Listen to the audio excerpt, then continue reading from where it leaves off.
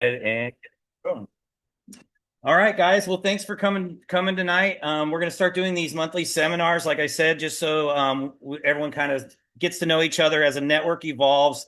We're noticing on Twitter and other social medias that there's an oversaturation of recruiting services now, and we do things a lot different here. So this is a chance to kind of merge the network together. You guys to get to know our scouts who represent you guys. Even if you're with a different scout, signed with a different scout, you have all of our scouts inside here tonight. We have a couple guys. They're going to announce themselves here in a second.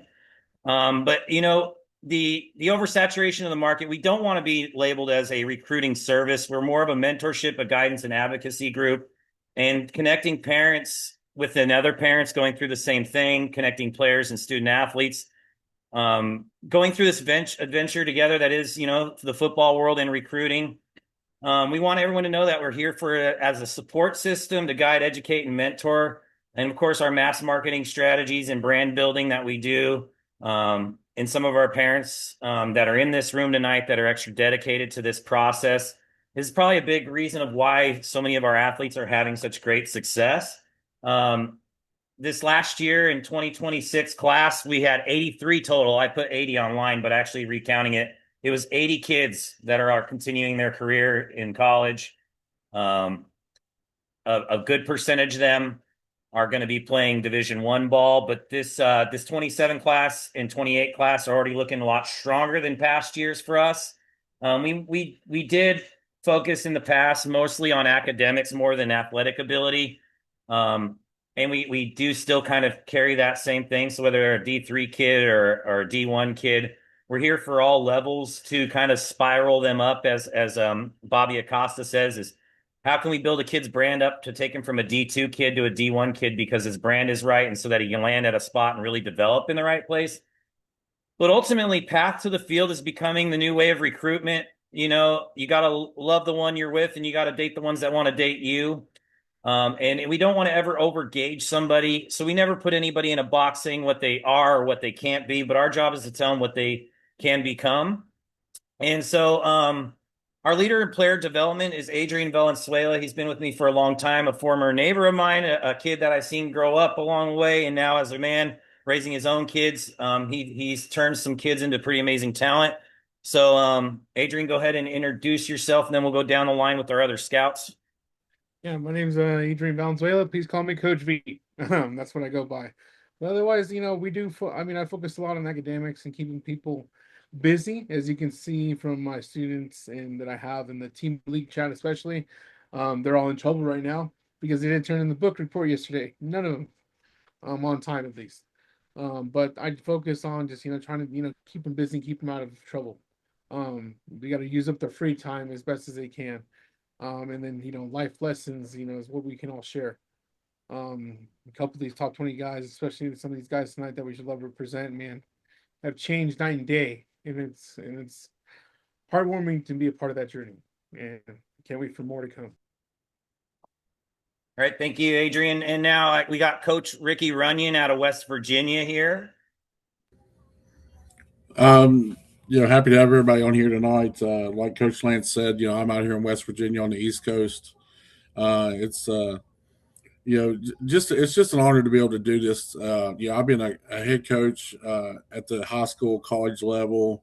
Got to go through the journey of the recruiting journey of seeing kids what they look like when they come in as freshmen, and being able to just be a part of that journey from building their freshman to their sophomore to their junior to their senior year, then seeing them to be able to accomplish their dreams once they graduate, and then of course, and my guys who are in here tonight, we talked about when we was going through the process is that it's about relationships too. Like it just isn't about sports. It's just not about one thing. It's about also building relationships that are going to continue even after football ends, and we do a really good job at that.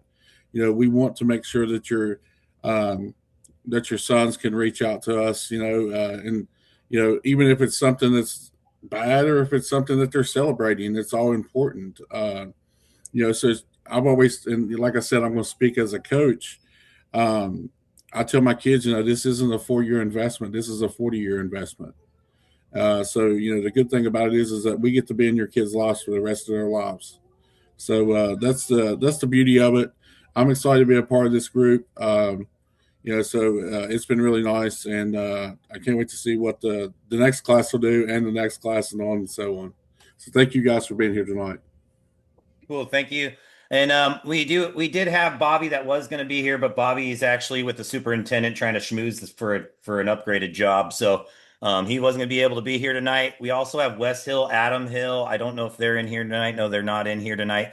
But they'll be joining us. They're actually rebuilding a program. They're moving a post grad school into a junior college, and they're also helping rebuild a high school program from scratch. So they're definitely have their hands full with that. But they also are with Ricky on the East Coast. They kind of run that area.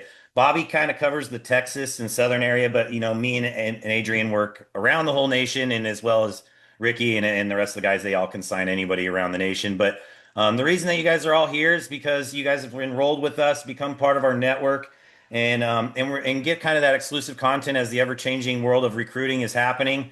And I want to kind of dive right into that now is the climate of recruiting, and some of these guys here maybe even actually be able to kind of express their experiences in recruiting in a high level visit. We'll if Josiah is open to sharing, we may ask Josiah to kind of go in on that. I don't think I have Patrick Ryan Jr. in here tonight. I think he's doing a filming with Under Armour tonight, so they're definitely busy. But at some point, you guys will probably have a chance to meet some of the bigger names in our program. Josiah being one of those bigger names, and he's worked really hard to get to that point. And we have Grayson's dad here, who's probably branded his kid probably better than anyone, with the exception of a couple other parents inside here that are right there at that same level. So we'll get a little bit of experiences in that. And then finally, we're going to announce the top 20, but we kind of argued it out a little bit, and so we actually rounded it to 23, and then we have a whole honorable mentions of guys that were mentioned in our talks and stuff. So hopefully your kid's on there. Now if you guys aren't on there or your kid's not on there, that doesn't mean that your kid's not performing. It just means that in this meeting today that we're not going to be mentioning out. We couldn't mention everybody, but everybody inside the Elite 400 is exactly that. They're elite based on character and academic standards, and the ability to play at the next level of what we feel their possible potential is. But the recruiting game's changing quite a bit. 2 years ago it was about bankrolling offers and leveraging offers to try to get bigger attention, to snowball more offers. And we're seeing a shift in recruiting that I think is starting to become more organic, in the means of going back to the old ways of real relationship building. And if you start leveraging offers, you're going to lose offers more than get offers nowadays. So everyone, please take into note that if you're going to market an offer, or if you possibly commit, when you do commit, you really have to be fully committed now. Only 4 and 5 stars are decommitting, and there's even some kids that are like, there's the number one running back in the country that just committed from Oklahoma. I'm friends with his dad. He's actually in our Elite 400, but he's not a paid member. He asked me if he could build an extra omnipresent page. I let him to do that. But he is the number one running back, and that's Micah Rhodes out of Texas. Very talented, but him decommitting actually lowered his stock value because the running back coach is going to the NFL at Oklahoma. So, not that it really matters when you're a 5 star or high level 4 star at that point. But yes, it can impact your recruitment quite a bit. And the means of integrity is starting to come back to the sport in the means of recruiting too, which a lot of people are fans of it. It definitely doesn't mean that as a recruit you have more leverage. You actually have lesser now. Which also brings me to the title of fake offers. Okay, now you guys, you're seeing a lot of offers, even in underclassmen offers. If you see a 29 or 30 or 31 offer, what does that really mean? It means we're watching and following the progress, but a non-committable offer is not something that we as a company are gonna do for anybody. We're not gonna call and get some leveraging offer to snowball up, because times are changing in that regard. You guys, if anyone was part of the recruiting in the last couple of years, you guys remember what Marion was doing over there at Sac State. Mass offering all these people, like even my son, oh, we're gonna give an offer to him to get him going, but he can't commit. And that was a kid, a junior going into his senior year. So what's the point of all that, right? So credibility was lost, and now he's an OC at Colorado. Um, but in the means of what we're seeing in the evolving and the scrapes that are happening, and what is the scrape is the definition of, as kids commit, you move up the board. So with Josiah committing to Rutgers, all those SEC schools that are interested in him now have to go look at someone else. And even though they're not going to stop recruiting him, but now they go, okay, he's number three on our board. We're only taking three. Now look at number four. So if you're not being offered now and you know you're a top talented guy, D2, D1 guys, just know that those offers may come mid-season if you're a 27 guy because the scrapes are going to continually happen. Okay. Um, and then D2 and D3 are kind of waiting now. You'll see commonly Brian's dealing with this. A lot of his clients are getting McPherson offers right now because he's built a really good relationship and communicating with McPherson. But they're not going to talk dollar amount very often in these smaller schools. Now, not always the case. There's one of our kids who got an offer at a NAI, I think it was an NAI school. I wish Brian was here to kind of tell the story of it. But they already have offered him before open the Common App is even open, and he's gonna after FAFSA and everything, he's only gonna have to pay like 6 grand, which is exceptional, you guys. So return of investment with us has historically been over 20,000, about $23,000 in scholarship money opportunities that we get. Um, we got Brody jumping in here. So know that you will have opportunities, but path to the field. If you go to McPherson as an NAIA guy and they weren't highly recruited, they're not talking to you, and they mass offer people like they do. Um, they're even talking about putting together a light team, like a JV type of team, because they have 66 kids. They're only allowed to actually dress 36 in the NAIA, but so that's kind of how things are working is the NAIA is now kind of exceeding their numbers because they know that these kickdowns from the last couple of years, the roster cuts from 105. I mean, Oregon used to dress 140 guys in their home games, 140, 145 guys in their home games. When you'd see them come out the tunnel, it was like 10 minutes of players coming out the tunnel. But now those roster cuts coming down in 2025, that trickle effect, that walk on at Oregon would now probably be a scholarship kid in the FCS. Um, so, guys, don't think of trying to go at the highest division level. Take all division levels out of your recruitment and look at path to the field and path to development, and of course, education after the cleats are hung up. If you go to a school because your path to the field is fast, but it doesn't have the weight of a Columbia University or Cornell or a Yale, things like that. I mean, and those are the top echelon of Ivy Leagues I'm talking about too. But we even had one of our kids today at Washington University, St. Louis, which is a top 10 school in the world, a Division III school. And I want you guys to know there's great football at the Division III. There's great football at the Division II. So don't be a D1 or bust guy, but know that we're going to do everything we can to show you what it's going to take to accomplish your dream. When we do these evaluations, we ask all of our athletes what the top three schools of their choice are. And if they say an Ohio State, a USC, an Oregon, or any of those type of schools, a Texas, Georgia, we're going to push them pretty hard. And Adrian is somebody we hand over for our development side of things, and he's going to push them exceptionally hard. I've even had several complaints about Adrian because he's pushed his kids to where they're not there yet. They don't have that commitment that it's going to take, that dedication, that discipline. And then I got like, hey, this kid's getting too much homework. He's getting stacked up. He's feeling overwhelmed by Adrian. So Adrian is definitely not the fit for everybody. But what he does do is turn average guys or guys that have the potential to be great, and he finds and digs out that diamond in the rough of those kids, and it really exposes them to their true selves and help them realize their own potential. And I think that's something that all my scouts are phenomenal at is bringing out the best, especially, Coach Runyon and Bobby and all these other guys. And Bobby's coached JJ McCarthy and at IMG Academy, and now he's coaching at a 2A school in Texas just so he can give back a little bit more at Tom Bean High School.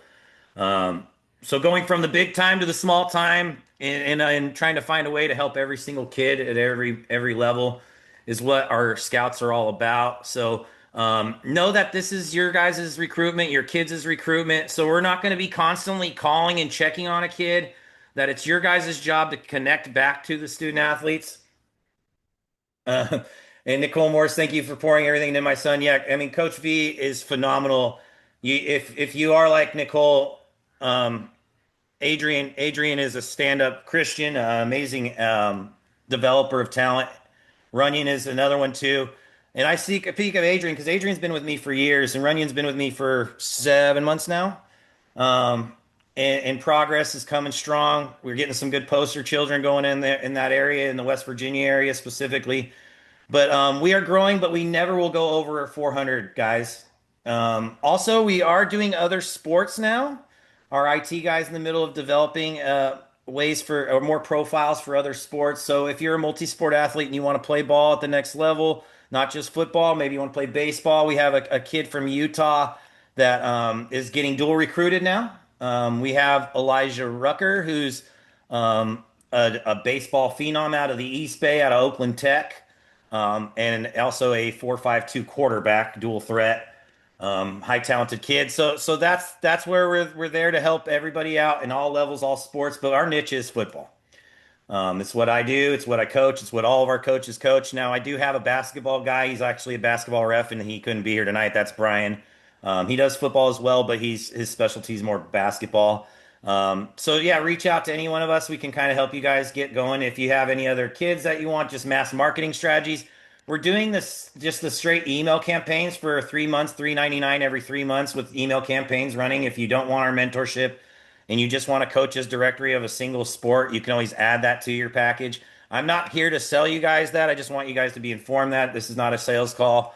Um, but in life, we're either selling or being sold, right? I tell our athletes that all the time. So marketing yourself is essential, like I just dropped right there. Um, so you guys, as we kind of go through any of this stuff, I want to kind of open up this discussion for an open mic, a Q&A session for you guys to ask any scout. Just call out that scout, ask a question. Um, if anybody has a question, go ahead and unmute your mic and go ahead and ask it.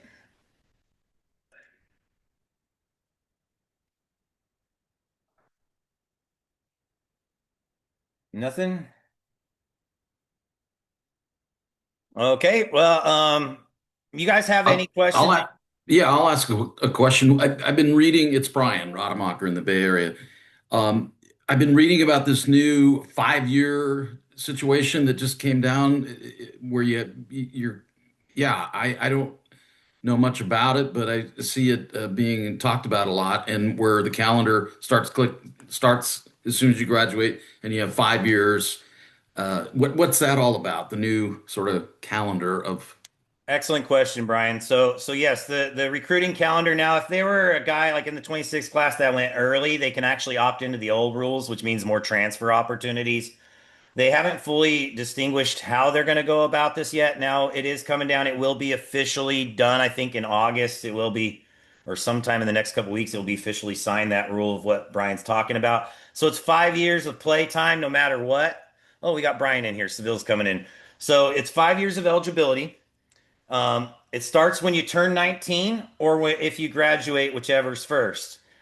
Um, there is talks about this one-time transfer rule as well, which is really going to hurt a lot of kids because their plan of development and going from a D2 to an FCS to a G5 to a Power 4 or any of those steps in between. Um, but I was talking to Coach Alik Terry, who's the O-line coach at Oregon, when I was at the Avery Showcase in June. And he's telling me that the transfer rule is going to be a one-time transfer for FBS guys.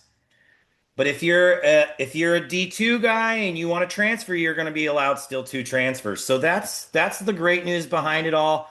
So that's why I talk about path to the field, Brian, is Mhm. is is, is you got to look at who is going to love your kid, develop him, turn him into a great young man, and give him the path to success in his development, understanding why they run this play, why we do this coverage, giving him the higher football IQ Mhm. and the chance to develop at a better rate. Now, some kids develop at younger ages. We have high 3 stars and 4 stars in this room. We have kids with no stars in this room. We have kids that are underweight 20, 30 pounds, and we have kids that are exactly where they need to be at college level as seniors right now. And so everybody develops at different paces. My son being 6'5", 290, but having a size 17 shoe, and having a girlfriend for 2 years of his high school career probably slowed down his ability to get to the Power Four as fast. So he laid out a curve in his road. And the idea is like creating the straightest path to the Division One or the Power Four or the G5. You can still get to the NFL even as a D3 guy. Last year, 3 guys in the Division Three went to the NFL, signed after draft. So it's possible. It was a kid from Middlebury who was at the Senior Bowl who put some Georgia guys on their back to get attention, performed well at the Senior Bowl, and then eventually was signed. There's also opportunities besides the NFL post if you decide there's arena football, there's XFL, there's Canadian football. They're actually getting ready to start a Japanese league. So the path to the field continues to go. But at some point when the cleats are hung up, that's where it's most important that you guys have a degree. So the 5 year mark gives these kids an opportunity now to not be redshirted, which means that whether they play in 3 games, 4 games, 5 games, 6 games, 7 games, or whatever, the years of eligibility um, are going to be used up. Dabo Sweeney actually presented this idea in the coaches meeting back in late February. They were going to do 2 redshirt years, but then they said, well, that's going to keep the old guys around, and they don't want college for older folks. So the advice of going post grad is out the window. 2 years ago, a kid was way behind in his recruiting, maybe underdeveloped, maybe undersized. We told him go post grad for a year, maybe go post grad for 2 years, that their clock doesn't start until they actually sign up. Well, that's out the window now. So it's better to get an early start in your recruitment. 85% of Division One prospects are identified by the end of their sophomore year. So if you are a guy that signed with us beyond that, when you are a junior or a senior or an upcoming senior, that catching up is what our main goal is trying to do. But momentum's built, and so then you have to hit more camps. You're going to have to travel around more. You have to go to different regions because it's about building a national brand. And I'll even talk with Shay a little bit about that because that's somebody who's built his national brand. He used the power of AI to help his son's brand. He pays the extra in developing his boy, his trainers, dietitians, physical therapists, everything that it takes. And his son received his first offer from a school the first day of his freshman year. Now, he had been with me since 7th grade. So his dad's grasp, understanding, and know-how, shoot, now he knows almost as much as I do. I think he would know as much as I did if he didn't have his own wealth management business to run. But, I live and breathe this like the rest of our scouts. We spend day and night studying what is happening in recruiting, who's going where, what's happening, who's decommitting, how many guys are available at certain areas.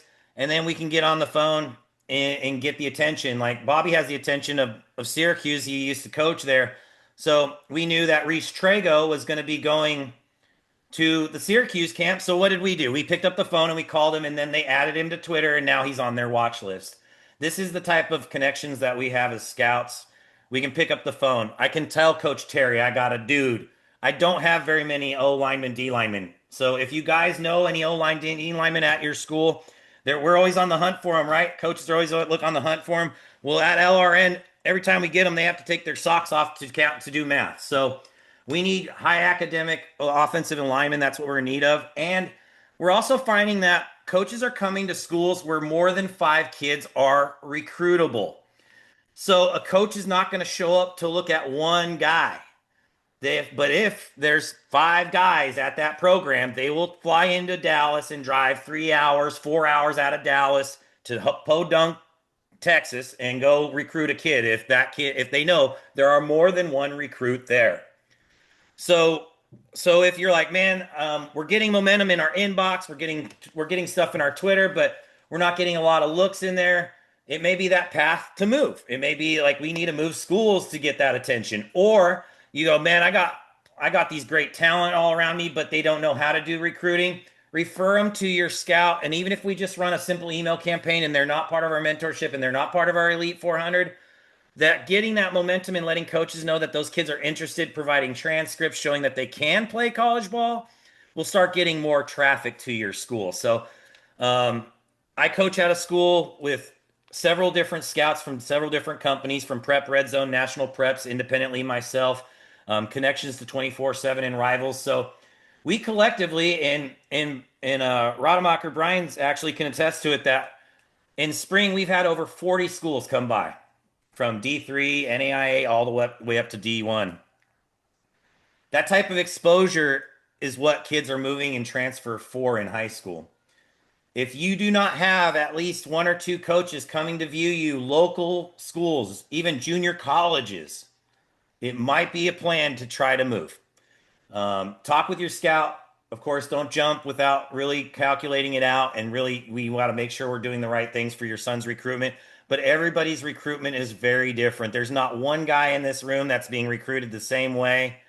So it will be individualized strategies, and we want to make sure you guys are staying up to date on that. Finally, I'm going to save our top 20 elite release and our honorable mentions towards the end, and I'm going to jump into the NIL and building followers using superpowers and the foundational package at NIL that we do. And what is it that we do? Several of our guys on here have that social media package, brand building, things like that, that we do. So NIL and brand building is changing as well. Is you're not going to get generational wealth anymore with the NIL unless you are a 4 or 5 star. There is profit rev share now as well. I'm going to talk a little bit about rev share. They can give it in part in conjunction or a side alone from.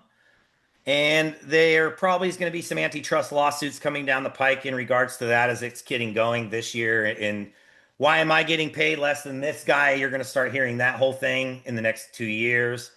So there needs to be some balance to that. And I think what you're going to see is eventually a players association needs to happen to protect the players. We're also talking with college athletes that I currently represent, guys that are no longer part of Elite 100, 400 because they are currently in college. Guys at San Diego State, my son at Merrimack, Monmouth. I have guys all over the country. And what we're finding out is that the NCAA is so worried about regulation of the NIL, the creation of this collective bargaining, the roster cuts, the 5-year rule, all these things are compounding to where the compliance officers aren't regulating when it's the wild. We say this all the time. It's the wild, wild west in college football. Well, now we got Division I schools that are violating hours of practice, beating kids into the ground, driving these kids into the gutter because they're paid athletes now. They don't care about their bodies. So running backs have to preserve their bodies, do more in recovery because they're going to get dogged out at practice. Linemen, you're going to get ran ragged. These are the things that are falling down and they're like, man, I didn't realize all this. So the work level is increased so high at Division I that kids that thought they wanted to play Division I with the commitment, they realize they don't have a college life. Okay, that's the life of Division I. If you live and breathe football and all you want to do is football, then Division I's for you. There is NIL and brand building in all levels now, and we call those brand ambassador deals. Okay, I've now partnered with and in conjunction in business with gymmogul.com and d1body.com. Everybody inside this network, it's when you're checking out, it's family, all caps letters for any of our LRN members. But if you want to be a brand ambassador, we have several brand ambassadors inside here. We're getting Kim joining a little late, so she's jumping in. Welcome, Kim. So if you're interested in trying to create some, we do a 10% rev share for any sales. You get your own promo code. Get with your scout on that. We send you guys over a DocuSign. It is 1099. You can put it in your parents' name. So that way, that's true brand ambassador. It's like being an employee. You're a marketing agent. You go and you buy product or you display product. You build graphics, brand ambassador support. Use your promo code at checkout. It calculates from the 30th or from the 1st through the 30th. We pay out on the 5th for those companies. They're just, a chance for you guys to kind of market yourselves while still pursuing football 100% of the time because most of you guys can't have a job. There are guys in this room that I know work a part-time job, which I commend athletes in high school for doing it. It's not something I recommend, but some families have to do it to support the family costs, especially if they're California kids. It's just very expensive out here versus some other places or New York or up in the Northeast, up in the New England area. It's very expensive to live. So that's why you're going to see more and more families that have younger kids working to help support. But this is a chance for the kids to 100% be focused on their development and their body and still try to make a little extra there as well. Um, so that's kind of how the NIL is changing in that regard. So there is still the collectives, and now I'm going to talk a little bit about the collectives and how they are in major debt. Okay, they've started borrowing money from private revenue companies, and some are even stock traded in public shares. Northwestern says they own it. Like if you look up, Northwestern owns their stadium, right? Well, alumni actually donated that entire cost of that stadium, and that company that actually is getting on a loan money on that is it's now private equity firms are going to own college football. Private equity firms lent out thousands upon thousands of dollars, and now millions and millions and millions of dollars. So much so that Utah is currently, because they started buying into this, let's scope these kids out. Back in 2023, 21 is when NIL started. In 2023, every kid, every kid at Utah, welcome, Randy. Um, every kid at Utah got a Dodge Ram limited or Laramie truck. We're talking a $62,000 or $58,000, depending on how the trim line was, truck for every kid. All 105 kids received a truck. That was by a car dealership sponsoring that. That was from alumni. And now they've gotten to the point where they've reached into everybody alumni's pockets, and everybody's pockets are done. And so now they're reaching to private equity firms. Northwestern has this beautiful NFL stadium. It's like a mini size kind of Viking stadium. It kind of looks like the Minnesota Vikings stadium, just miniaturized. It's only holding like, I think, 38,000 people. I think it's a $68 million stadium. The school did not pay a dime for it, which means they owe favors. Okay. It's politics. It's like, kids, you probably don't understand the side politics of it. Parents, you highly understand the political side of, it's a bureaucrat or someone that's buying their way to leverage a politician to get what they want. That is the future of college football. So you have to be loyal like a pit bull, student athletes. If they're feeding you and they're taking care of you well, you have to honor the loyalty. If they're putting you on the field, they're taking good care of you. But the bite back comes when they're not taking good care of you, and you have to always be self-reserved and understanding that it's a business. Eastern Kentucky just released a kid on May 28th, and he was supposed to report back on June 1st. Does anyone know exactly why he was cut? His mom died two months before. They said, go ahead, spend time, put your mom in the ground, spend time with your family. They let him go. Then they said he was a no-show for spring camp, and they cut him on May 28th, even though they told him to show up on June 1st. Horrible thing to do to a kid. This is why guys like me are calling for a collective bargain agreement and a players association, is that you guys are no longer being looked out after. It's 100% business. It's pay to play. We're paying you, whether it's a tuition, a half tuition, a tuition, NIL, rev share, whatever they're paying you, they are not going to respect you as an individual anymore. So understanding that, you guys, that you have to be on your guard always. And whether you're sick, you got to show up to practice at the college level, because even if you're a scholarship guy, they're going to find a way to cut you so they can divide your scholarship up to somebody else. You don't want to get chopped up, okay? And anybody who's been in sales understands getting chopped up for adults. But kids, you guys got to really have yourselves on guard.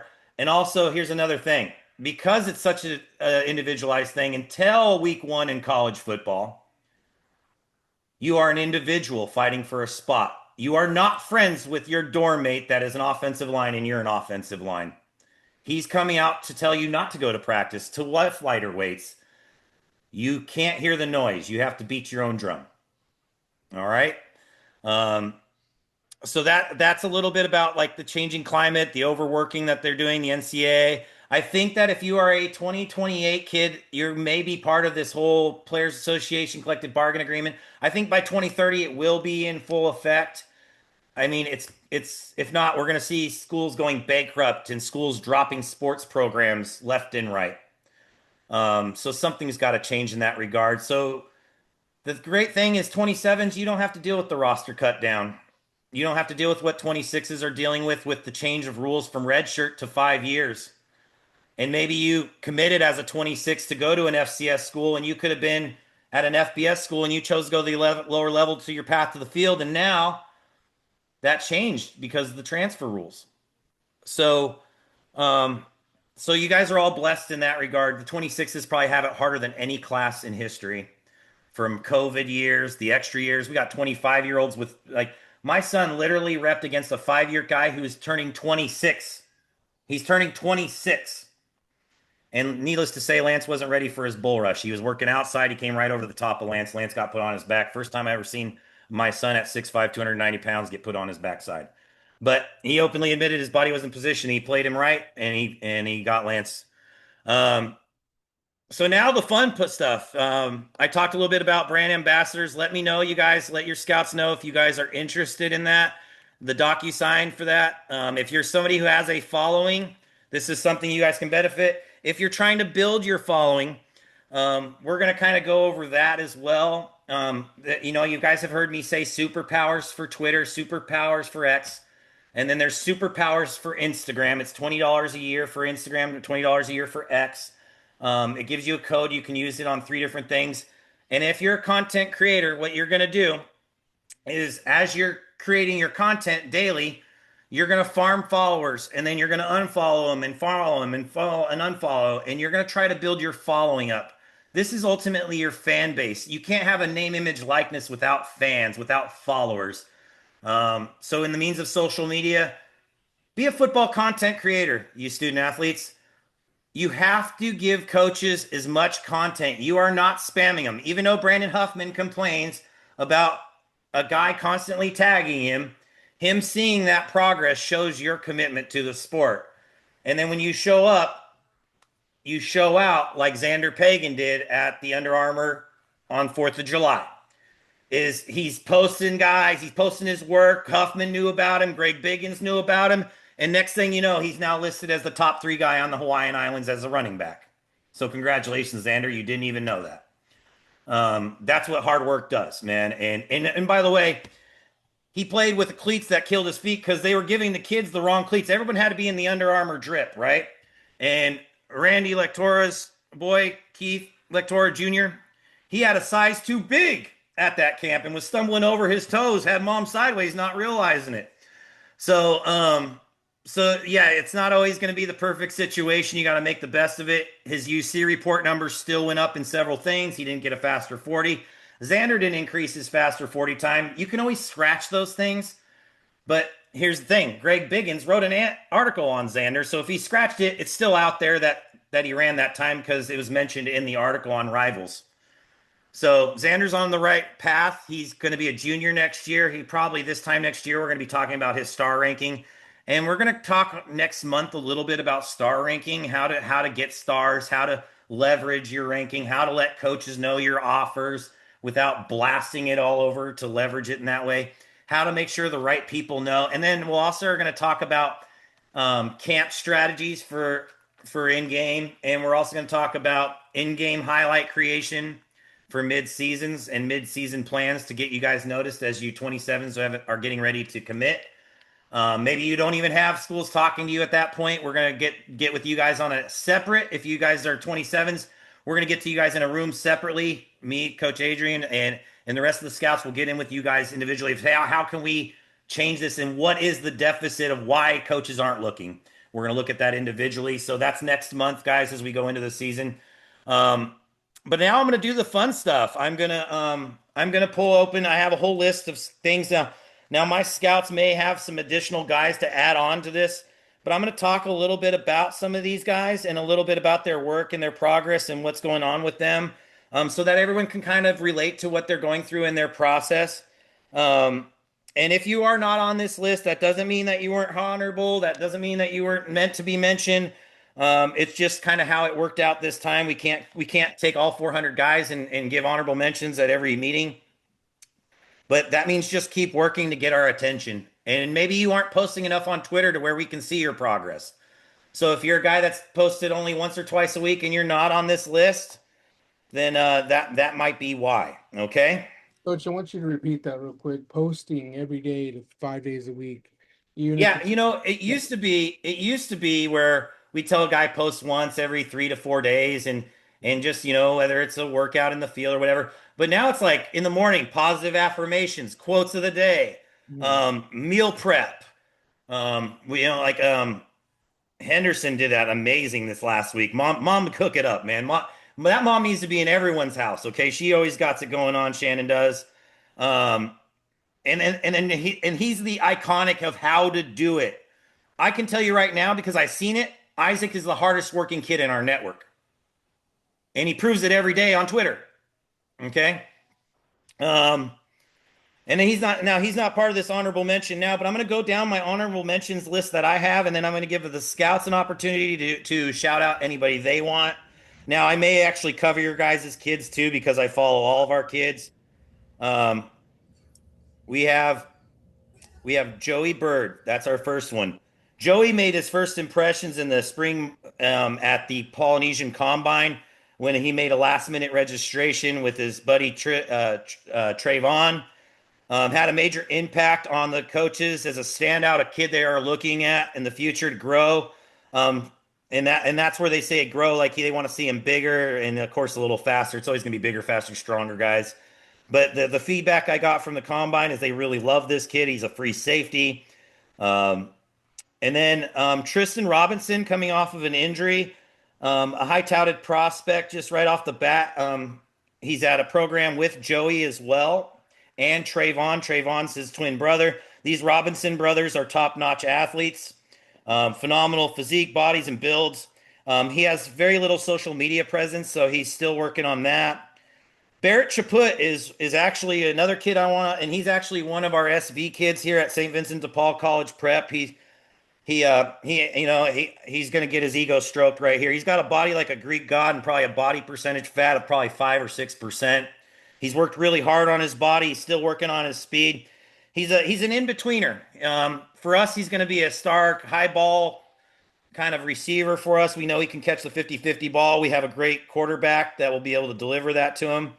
But Barrett Chaput is a kid to be watching for. Probably not quite there at the D1 yet, but he'll be probably a D2, high level D2 player and probably be an All American in D2 in transfer portal in year 3. I mentioned Micah Rhodes. He's the number one running back in the country. He's the obvious number one that I'm not going to be putting on our number one list. Um, for obvious reasons is he's not part of our mentorship. His dad had me do just one email campaign, but I feel like he should be mentioned because he is the staple and the epitome of a perfect running back. If you want to see a perfect running back, look up Micah Rhodes. You could type him in Google and it's going to pop up everywhere. He recently did an interview. It was like a half an hour interview. He's probably going to receive around $500,000 or more in NIL.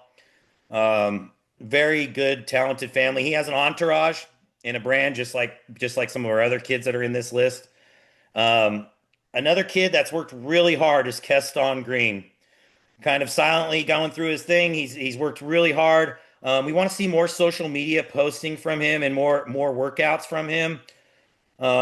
Jonathan Fletcher from Idaho. Jonathan Fletcher, I think all spring he's an undersized center. He has not lost a rep. At Northwest Showcase, he went against some of the biggest and most talented guys. I think coaches turn away from this kid just because he's not 6'5", he's not 6'4", but he could be a guy that could fit very well in like a Navy, an Army, any triple option, Delaware, Minot State, College of Idaho is probably going to look out after him. I don't suggest he goes to College of Idaho because one of my other kids, Brock C, is there and he's a 3-year starter. And the reason I say that is wherever Jonathan lands at the D2, D3, or NAIA, he probably would take anyone's starting spot. We got Joey Viril. He is out of Michigan. He's a newer kid with us. He's a running back. Strong kid, works hard, physical runner. He also is a lacrosse guy that likes to kill kids on the field of lacrosse. He gets penalized quite often in lacrosse for it. He has that dog mentality as a running back and linebacker. We got some guys joining back with us. We got Austin Dahmer and Tom coming back in here. Next is Mike Meeker. Mike Meeker has been on the circuit of several things. I think his dad's in here now too. Hopefully he's sitting here with us to hear what I have to say about him. A kid that's worked really hard. He was at Rivals. He actually was in Europe and he got an invite only to an All-American game in Europe, and was a top performer in Europe. Um, Played both ways of the ball at that game. A kid that we're going to see probably sort of to kind of that FCS level. Um, Ethan Glenn is a kid that is another SV kid of mine. He's part of our network. Um, a kid that actually more of leadership, kind of a silent leader, does things without ego. Just a hard working, and actually I had some of the best talents last year tell me that they'd never been hit so hard in their life by a high school kid, and that was Ethan Glenn. Not just kids in our program. I'm talking outside the program. One of the hardest hitters in California. Jake Hull. He's moving schools. He plays 8-man football in Nebraska. He's 6'5", 310-pound, upcoming sophomore. This kid is insanely strong, and unfortunately, his highlight doesn't show his ability. But if you guys really want to see Jake Hull's ability, go look at some of his 1v1s from camp season.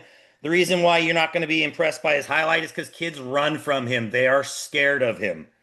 In the 8-man in Nebraska, big dude, strong, natural strength, works hard in the weight room. Luke Landis, another kid that goes kind of in that line of one of the hardest working kids in our group. This kid's out of Jersey, out of Clearwater. Isn't that right, Adrian? He's out of Clearwater. He didn't transfer yet. Not a three-sport athlete. Yeah, a multi-sport athlete. And Luke Landis, I'm sure you'll talk a little bit about him. I'll let you talk about him because that's one of your guys. Dixon Mount, okay? Dixon's Mount, he has high standards.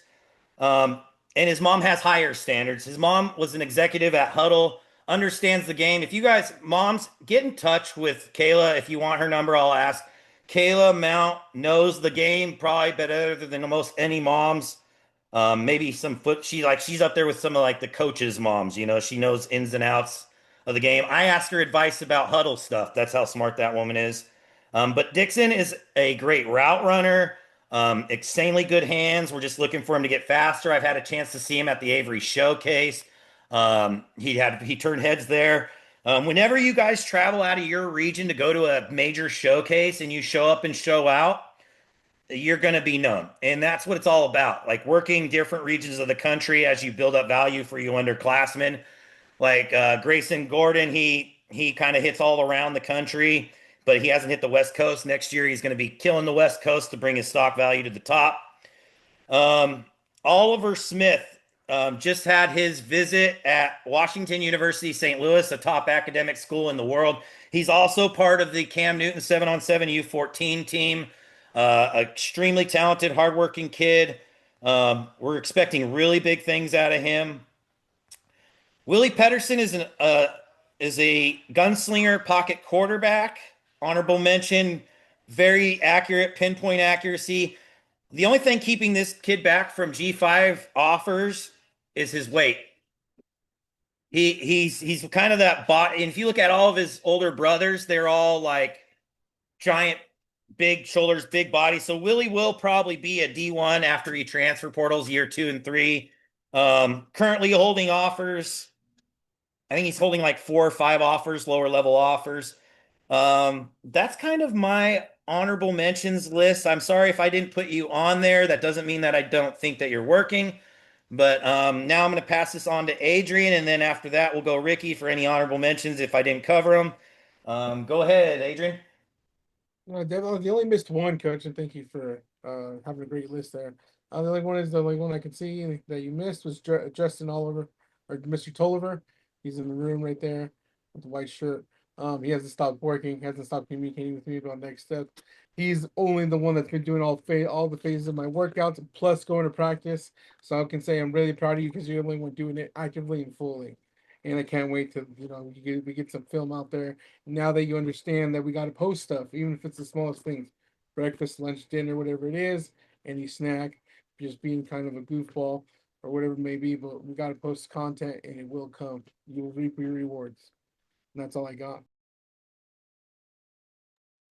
All right, Ricky, do you have anyone you want to add? Yeah, so and this is a kid that he's special to me because he was my first, and I had a relationship with this kid before I ever got with this company, and that's Austin Dahmer.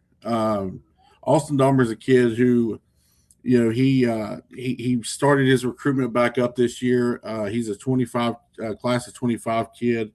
Works really hard. I've had some conversations with him because he was going to go play with me at my post grad last year. Some things happened. I left there. We kept in contact, but and everybody who's on that's in here tonight that's a part of my network has heard of Austin because I use Austin a lot when I talk to other kids because Austin is kind of the epitome of a guy who trusts the process. He's going to go play a year of JUCO ball this year. We're going to get his email campaign going and stuff like that. His recruiting and things of that nature, and he's going to probably end up in a good place next year. So he's a kid that's trusted the process just like many of us have, and it's going to pay off for him in the end. Yeah, yeah. Yeah, we, there's so many great kids inside here. I know Brian, are you still in here, Brian, Yeah, I'm here, Seville? brother. Yeah, Okay, I'm cool. here. Yeah, anybody that I didn't mention that I know I'm leaving some guys out and I want to apologize for that. So, Yeah, I mean, I would probably start with Titan Blevins.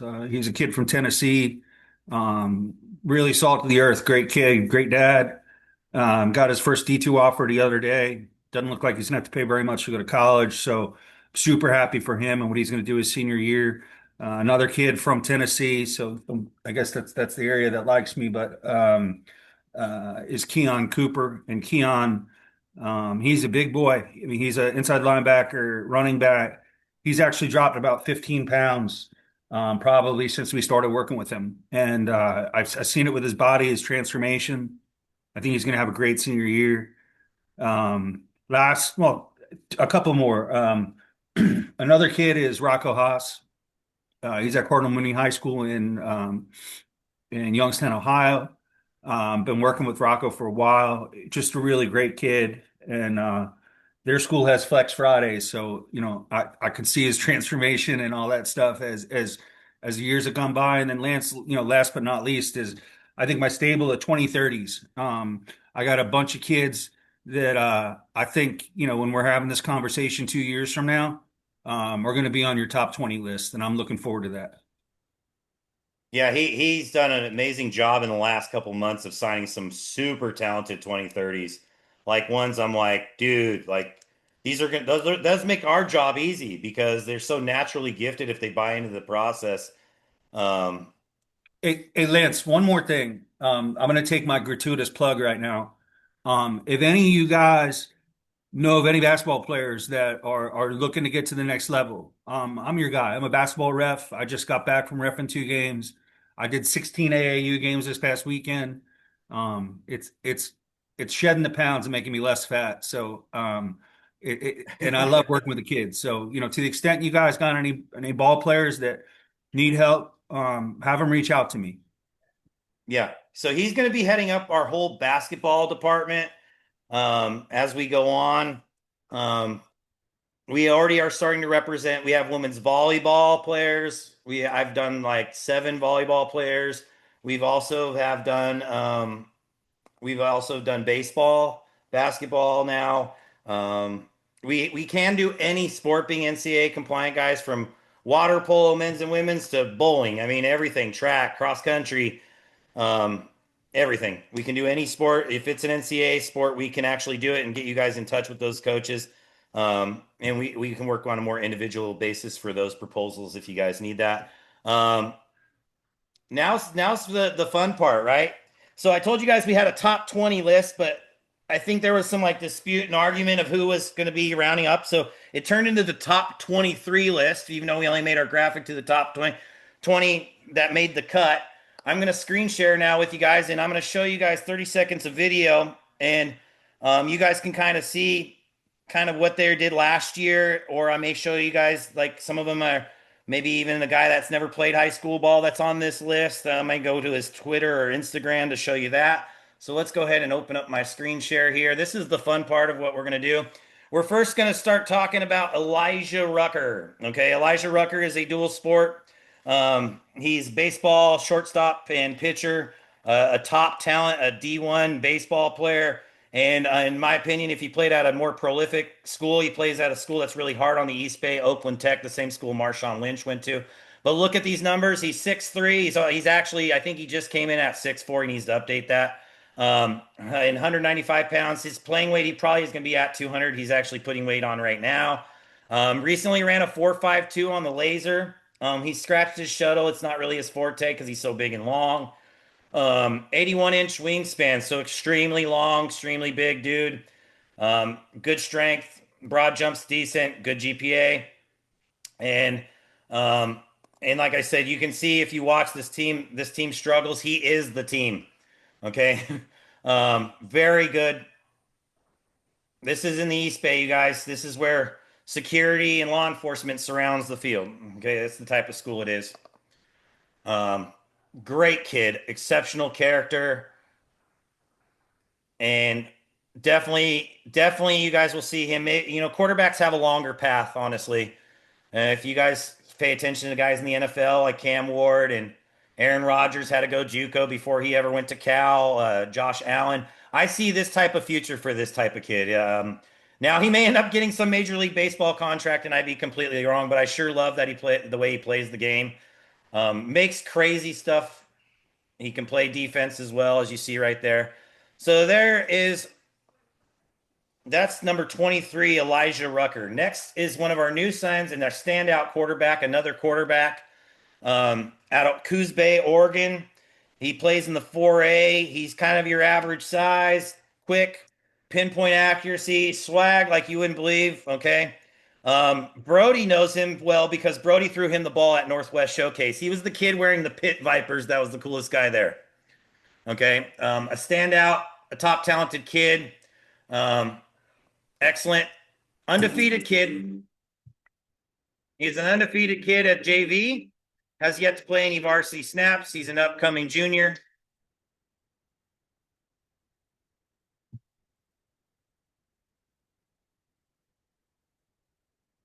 So one thing about this kid like that stands out to me is that every game, this kid has winning pedigree all over him. I mean, I even think he'll probably be a receiver maybe at the next level. But thing about Nicoya, he sat. His stats are so good. Every team he blew out going into halftime, he sat every game last year. All 10 games, he sat in the second half. Didn't play. Because he blow people out so decisively that they tried to let the little guy below play a little bit. But they were on running clock, so it's not like that kid got a lot of playing time. So, yeah, second half in every single JV game was a running clock for Nicoya Pruis. So a kid that definitely deserves to be on this list is, I think, an overall quarterback and athlete. Next is Isaac Thompson, okay? Isaac Thompson, Bernard, you guys will know if you went to the Avery Showcase. This kid's also part of FSP. FSP is in the Pacific Northwest. It's kind of an elite group of club football players. Some of the best kids in all that region. They literally won't take you if you're not a dude.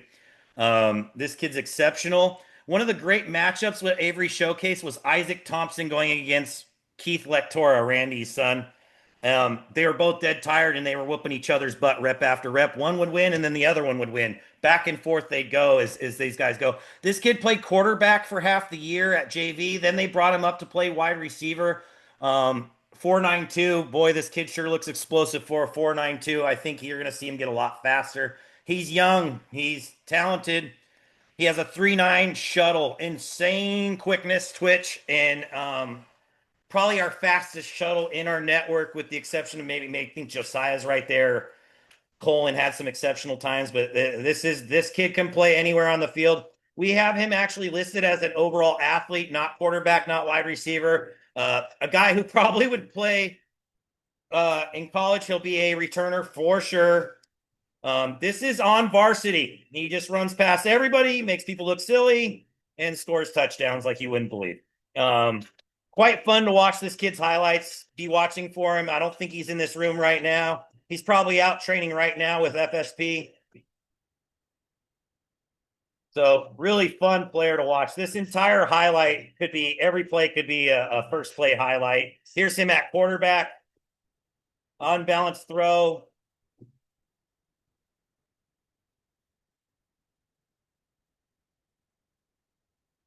He also plays at a very competitive program. So this kid will be a star ranked kid by the time he's a junior.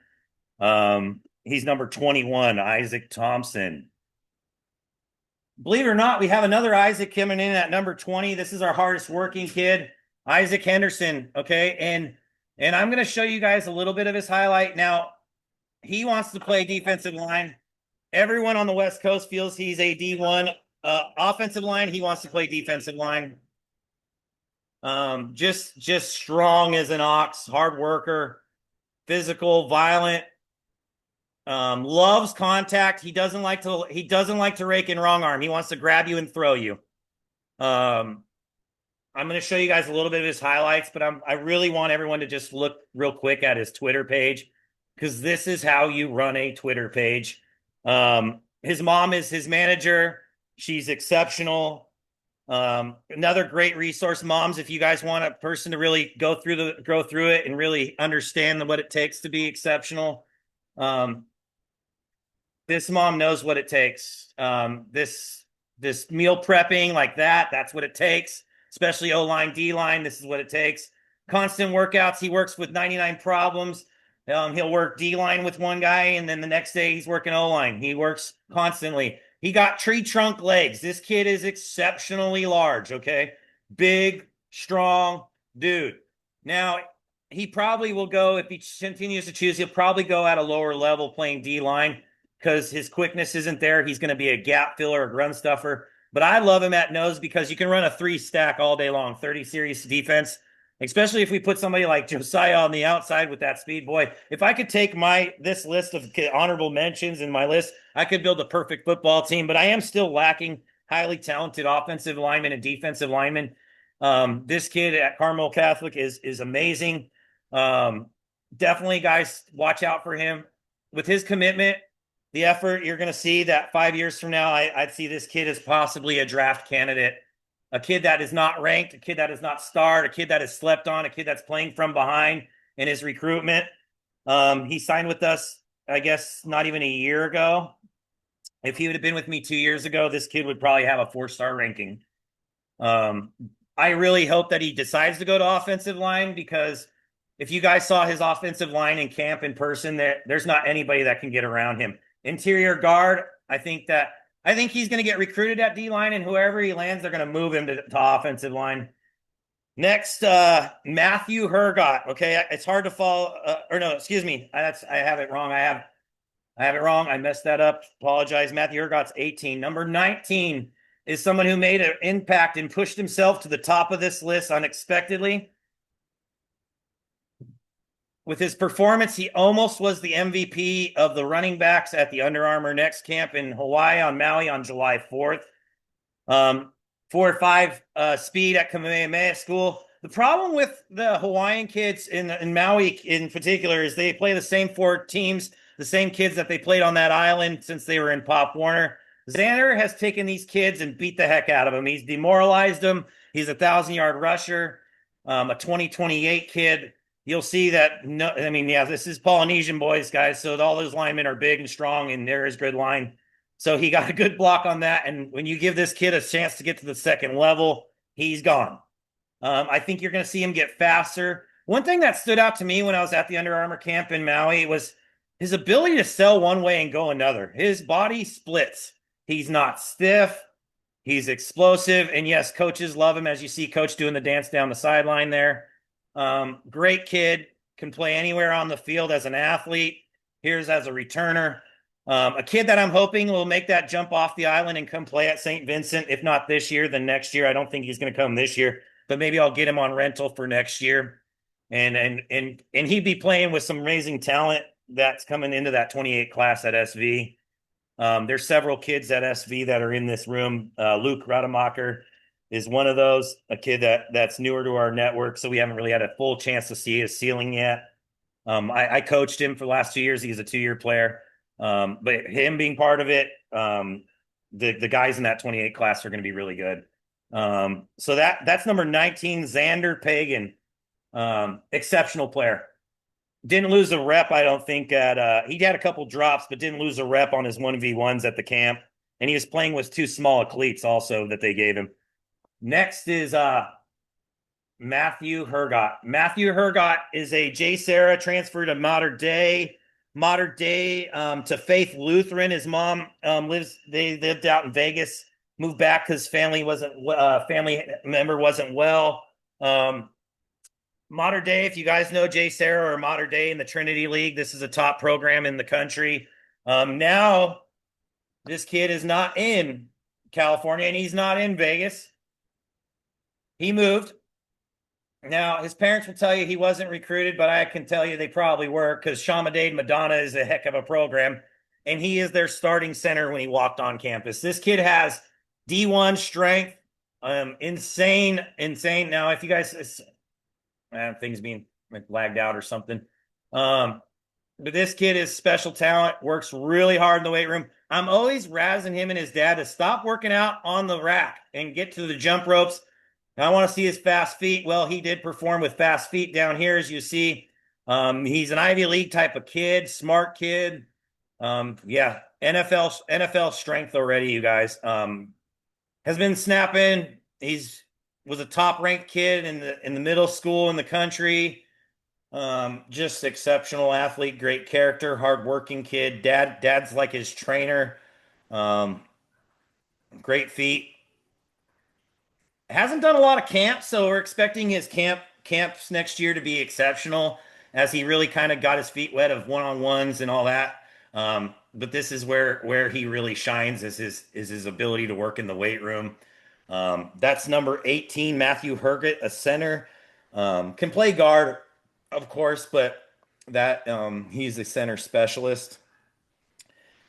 Next is Kalei Nihipali. Nihipali. I'm going to go to Kalei's Twitter page. Kalei is a kid that doesn't have much highlights. He's at Kamehameha Schools on the island of Oahu. They're a very big program.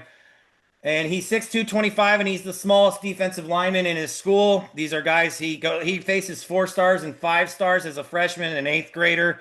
He was going against some of the top talent on the island of Hawaii. He was repping against a guy who's currently playing at Michigan when he was in 8th grade. This kid has made a camp appearance, and he was MVP at Rivals. He was MVP at Las Vegas Showcase. He doesn't have any game film because the way it worked is they didn't play him very much freshman, sophomore year. He's a long snapper. He's an edge. I think he's going to probably be an outside linebacker. He plays against D-line. If you guys were at the Rivals in San Francisco, you had a chance to see this kid. He was a day comeback invite. He was a guy who wasn't known or not walked on. But yes, and I didn't know he could grow a beard so good. He was there growing a beard strong now. So growing up in maturity, went against this Avery Showcase. So he didn't win the Avery Showcase, but he did win the Las Vegas Showcase. But everyone has their bigger days. But you're going to see he doesn't lose very many reps. This is Northwest Showcase. He will be star ranked. This is another kid I'm trying to convince to come to SV to play. Extremely strong weight room. His backyard looks like a prison yard. Okay, that's how much he's turned this into a weight room. It's pretty wild how he works out. Great kid, great character. He takes care of his little brother. His little brother's disabled. Very humble kid. That's number 17. He's actually listed as a DN, but I have him as an edge, maybe outside linebacker. And he played quarterback in youth. Super athletic, could run the ball. I think we're going to see some amazing film. If not, then he's definitely going to be leaving that school. Case Borges is a kid that recently signed up with. We discovered Case Borges at the Polynesian Combine. He was the standout middle linebacker that had the body also. And he was he reminded me of a kid from the 90s and 2000. Dads, moms, if you remember how the game was, remember how they all would tuck in their shoulder pads and they have their belly showing? This is one of those kids with like a 12-pack, not a 6-pack. This kid, exceptional 40 time. He also plays in one of the most difficult conferences in Central California. Case Borges, quick triggering linebacker, middle linebacker, physical, dominant. I think the one thing that's holding him back is his he's such a big run stopper, and his coach puts him in so much pass rush because he's such a good relentless pass rusher. I don't think that they've seen enough film of him to really see him as a cover guy at the middle linebacker position. As you see, all of his highlights are him just getting to the quarterback and making disruptions. He plays against like Clovis. He's out of Tracy, California.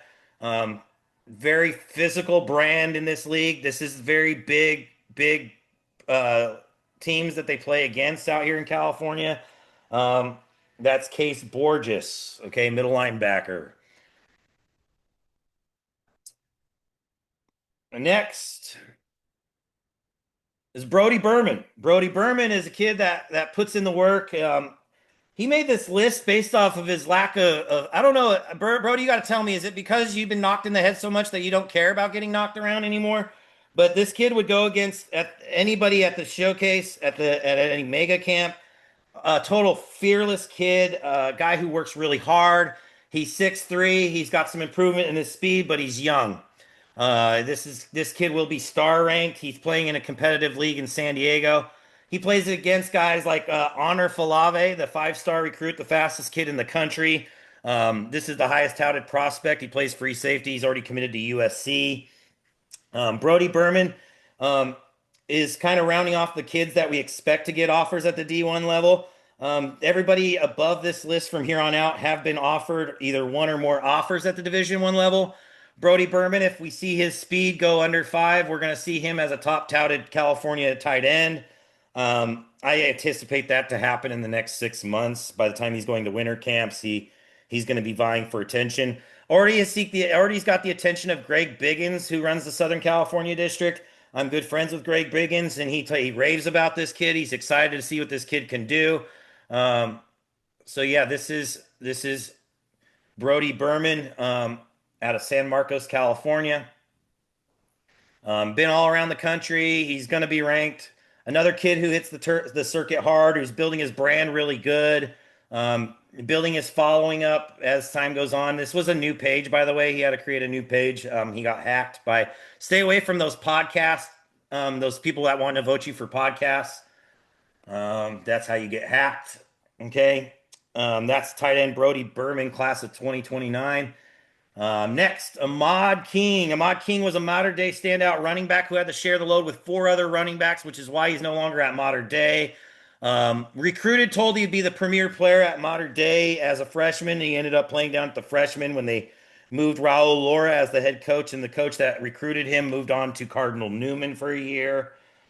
He's now at Buford. He has to actually update this out and do his updated pictures and stuff. So let's actually go over to his Twitter page. Um, Ahmad King is a standout. You guys may know this kid, not by name, but more by face. If you saw the 2021 Super Bowl, and he was a 6th or 7th grader, I believe. He got a film production NIL deal at that age. You guys remember how Roger Goodell was being booed for the NFL draft during the Super Bowl? And this kid was the kid wearing the Pittsburgh Steelers jersey in that commercial. That was his first chance at NFL stardom. Famous. Now he's at the famous Buford High School.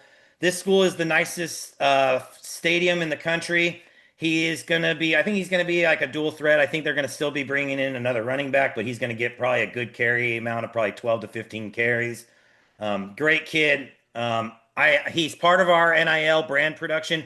I've worked at building his following up. He did not have a Twitter page. He signed with me December 2024. We've worked real hard on his Twitter page, and now he has 11,000 followers on there. So he's starting to build his fan base, which Josiah, that's what you need to start doing, is building your fan base. That's number 14, Ahmad King. Bernard Scott is our next kid, who's a transfer kid. I think that he was at Oakland Tech also. He showed up to the Polynesian Combine off of an invite I got for him 2 years ago. He's been with me for 2.5 years. He's now playing in Sacramento, California. Bernard Scott Jr. Impressed and became MVP. He locked down corner. He had 6 interceptions in that camp. That camp is the hardest camp to perform at. For you guys who've been there, you know. Um, it is the hardest camp in the country. He must have had like 12 pass defense balls in day two. They do 2 hours of 1v1s in that camp on day two. He did not lose a rep during that time. He ended up viral videoed in that camp by Greg Biggins, Brandon Huffman, and the 24/7 guys at that time. The next morning, he was walking home from school. He got his first offer from Sac State. We have him gauged originally as an FCS guy. He's going into his senior year. He's at a prestigious school in Sacramento. This kid's spiral up could be G5. I think if he decided to go D2 at like a Central Washington or somewhere out in Colorado, there's some schools out there that are showing interest in this kid. He'll be an All-American at the Division two, and probably in his third year, he'll be a high-level NIL profit rev share guy. That's Bernard Scott. Just a great kid, hard worker, makes up for his size based on his athletic ability. This kid has also a 40-inch vertical. He did have a 32. He needs to update this. He's upped it by 8 inches. Exceptional, exceptional athlete. Next is a youngster. Yeah, this youngster is Malachi Hansley Rowland. This kid right now, he could play with anybody. He's a 2030 kid. I expect him to be probably a P4 hitter out of North Carolina. There's not enough great things I can say about this kid. He actually was at the Polynesian as well. He was the MVP of the middle school kids. Just exceptional twitch, exceptional work ethic. This speed's probably not accurate. He's not a 4.72 anymore. I mean, this kid is great, talented kid. This is his 8th grade highlight, you guys. Um, and yes, he played everything on the field wherever they needed to play. They're like, okay, put him at quarterback. We're gonna go score a touchdown. Um, Body like a high level prospect as a 7th grader. He's been with me since end of his 6th grade. A kid that buys into the process. He runs hills on sand dunes. I mean, there's not enough great things. Like when you're looking at a young kid that works harder and has a body like his body, this is not an accurate weight assessment right now. This has not been updated. I'm going to be texting his dad to say, hey, update this. I believe he's somewhere around 180 pounds. When I saw him, he was like maybe on 170. That was back in March.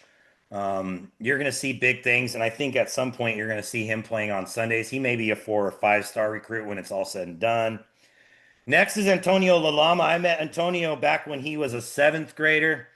Um, this kid was an undersized kid, late developer kind of kid, and now he's 6'1", 220-pound monster. Just freakish athlete, holding MAC offers.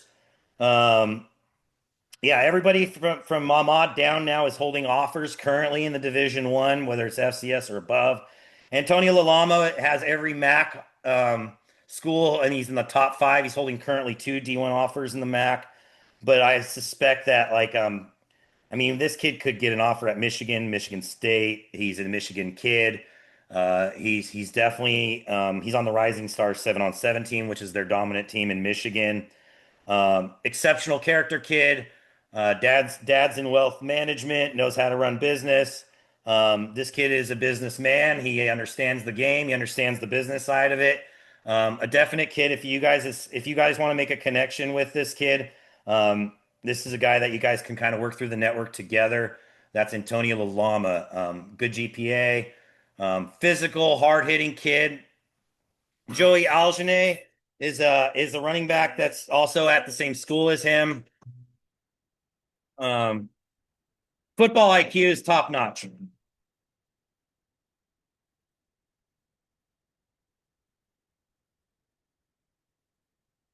So if you're looking at high football IQ linebacker, Case Borges, Antonio Lalama, if you're a guy a little lower on this list or didn't make this list, this is a guy to look at of doing everything right. Next is the superstar and brand builder Grayson Gordon, probably the strongest brand in the nation. If you know Grayson Gordon, whether good or bad, he posted a decommit from camp his dad did that made him somewhat infamous for a week, but it was a viral video of coaches talking about it. But meanwhile, that negative publicity picked up 20 more coaches follows and more coaches contacts. But this kid's brand, if you look up Grok, if you ask AI who has the best impressions in the country, it's Grayson Gordon. And his dad runs his social media marketing strategies. It's phenomenal. We got to update this coach. I know, or Grayson. I know he's no longer with Coach Williams out of Green Hill. He's moved schools. He's got to update that. His resume is phenomenal. He's been with me for a few years. The email campaigns were all the call to action we needed with this kid. Exceptional athlete, holding offers. His first offer was a D2 school on his first day his freshman year. Holding an offer at Florida International. Been on visits all over the country, game day visits. He's been to Oklahoma. He was at no, Ahmad was at Penn State then the next day the coach got fired. Where were you at? Was it the Auburn coach where he got fired, Shay, where he got fired the next day? Yeah, You we at were that game day at Kentucky, Auburn. Can't hear you there, Shay. Can you hear me now? How about now? You're talking, but we can't No, hear you. you can't hear me? Here, I'll chat. Yeah, Mike's not working there. I don't know if Test. he lagged Hello, out. hello. How about now? But Grayson It Gordon, says- if you guys want like advice on how to build your brand, Shay Gordon is an amazing resource on there. You can reach out to him in this chat. You can give him out the phone number. I don't know, did he get kicked out or something? No, they can hear me. You just can't for some reason, Coach.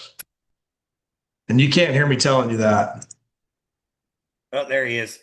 Nice. Can you hear me? You're talking, but we can't hear you there. Everybody can.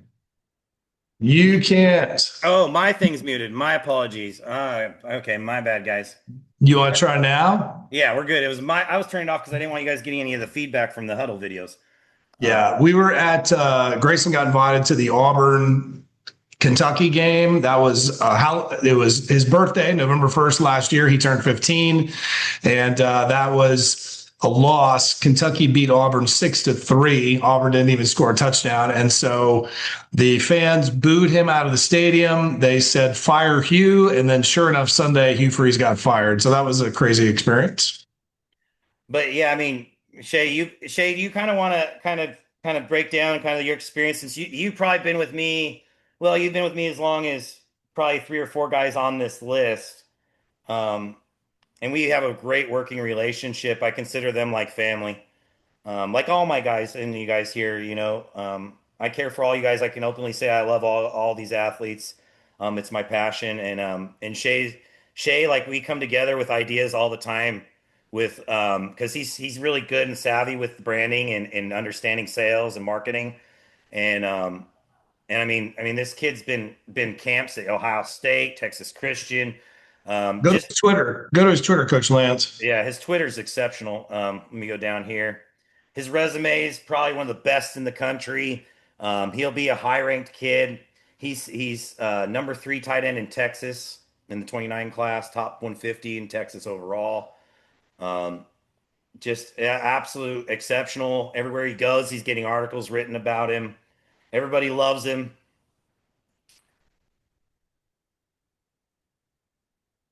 Would you want me to share, Coach? I know you got like 9 other guys you need to feature. Yeah, no, I got 9 left, and then we're pretty much concluded here. But just kind of your experience of his development and his progress, and some of the overcoming of adversities as he come. Maybe just touch on what was the call to action that probably got his recruiting jump started. Yeah. I think the call to action that jumpstarted his recruiting was his social media profile, which gave him an opportunity to be taken seriously by one of the top private schools here in the region in Dallas-Fort Worth. He was basically given an opportunity to start varsity as a freshman for a private school called the Green Hill School in Addison, Texas. The head coach, who was like a family member to us, did what he said he was going to do. He got on the ball 3 to 5 times a game. He had a graduating senior that was leaving the H-back position, so Grayson was given an opportunity to fill it. And had we not had the social media profile up before the opportunity came, he wouldn't have been known. So that was really what started the recruiting. And then sure enough, the production and the film, and if you go up his highlight reel from high school, Coach Lance, which you put together, is pinned to his profile. But that's really what got the attention of people here in the spring. He started getting invited to marquee events. Pretty much all the camps he went to, I think it was 10 total this summer. I'd say 8 of the 10 were personal invites, or we had existing relationships within the program already. And we came away with 8 Division I mobile phone numbers from tight end coaches and or director of player personnel or GMs with game day invites to come back in the fall. So we're able to kind of tailor his recruiting path now. We're able to kind of get more intentional about where we want to go with his recruiting. But it all really started with the social media platform, and we couldn't have done it without you, Coach Lance. You're the one that really kind of helped us streamline it and get it to what it is today. Yeah, no, I mean, and I give you a lot of credit to building his social media. All I had to do was run some campaigns to get him out there. These email campaigns dropped, and I mean, his stock just is soaring and soaring. There's probably only one kid that had a major impact more with the email campaigns, and I'm going to get to him in a minute. And I'm glad he's actually on this call because he's highly ranked. And I think everybody needs to hear him speak a little bit. So he can't leave. And he's one of Adrian Valenzuela's guys. And by the way, anybody that wants to be working with Adrian, whether you're scouting with me or you're scouting him, if you want to get them into that program, it's not for everybody, but Adrian would definitely like to have more guys jump into that. I think Brian Rademacher, I think that Luke should probably join inside of that, just making him more disciplined in what he does. Um, but so yeah, number 10, Grayson Gordon, tight end, H-back. If he gets faster, athlete, we could see him playing. He's high IQ. He could play outside linebacker. He can play inside linebacker. He literally can play anywhere on the defensive side of the ball. Physical, great on special teams. A captain as a freshman. And actually, one of his teammates made this list, even though he's not a teammate with him anymore because he's moving schools. There is another talented kid that's a senior there. I'm going to get to him in a minute. But next is a kid who had to overcome a major injury, or he'd probably be higher on this list. But he's got offers, I believe, at Boston College, UConn. Nathaniel Raines, he was a wide receiver. He hurt himself. He's now rebirthed himself as a DB cornerback. Exceptional talent, fast, twitchy, long, great athleticism. He came off of I think it was an ACL injury. Don't quote me 100% on that. His dad would be mad if I said it was and it wasn't. So don't 100% me on that. But I know he came across an overcoming of adversity. I don't know if he's in this room right now. If he is, I'd love for him to shout out. But yeah, just a great kid.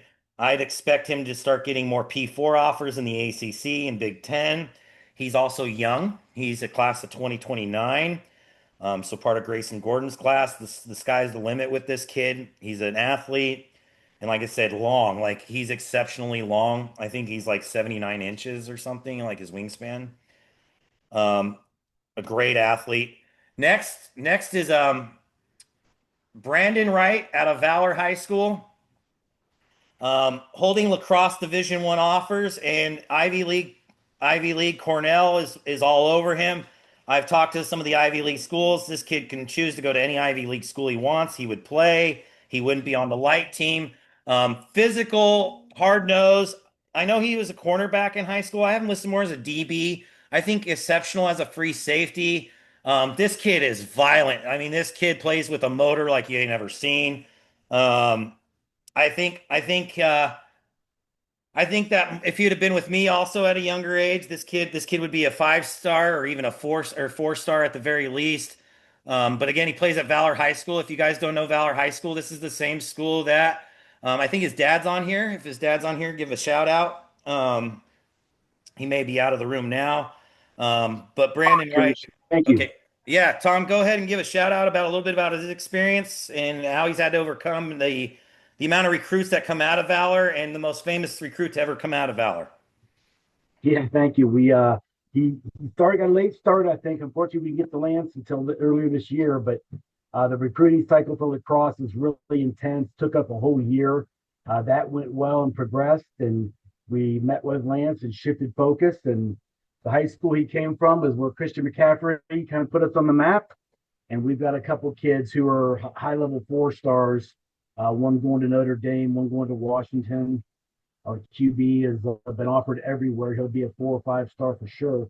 But yeah, just really getting him focused and taking advantage of the advice that Lance has given has been great and really appreciative.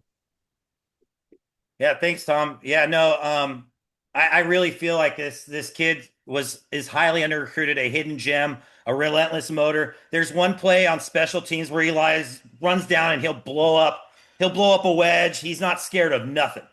Um, Great athlete, great athlete. I think if he stays with the dedication, I mean, he may end up going Ivy League and being at Cornell and playing lacrosse too.